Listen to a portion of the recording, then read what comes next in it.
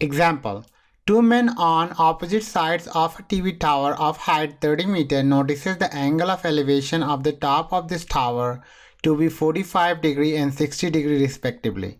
Find the distance in meters between the two men.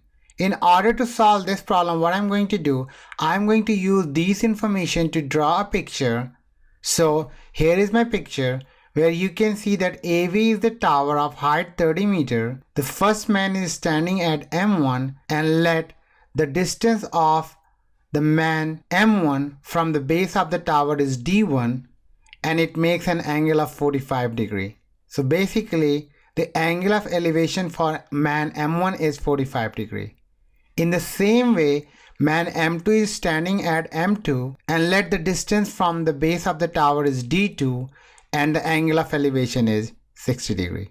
So let's first consider the first triangle, which is basically AMONV, which is a right triangle. So triangle AMONV is right triangle. So basically I'm taking tangent 45 is equal to 30 over D1, which is over here. Let's cross multiply, and if we do that, we will write D1 is equal to 30 over tangent 45, and we know that tangent 45 is equal to 1, so I will write that is equal to 30 over 1, which is basically D1 is equal to 30 meters. Now let's consider the second right triangle, which is basically triangle AM2B. So triangle AM2B is right, so we are taking tangent of 60 degrees equal to 30 over D2, which is over here. If we cross multiply to simplify further, we will write implies that D2 is equal to 30 over tangent 60. Now let's simplify further, and we know that tangent 60 is equal to root 3, so we will write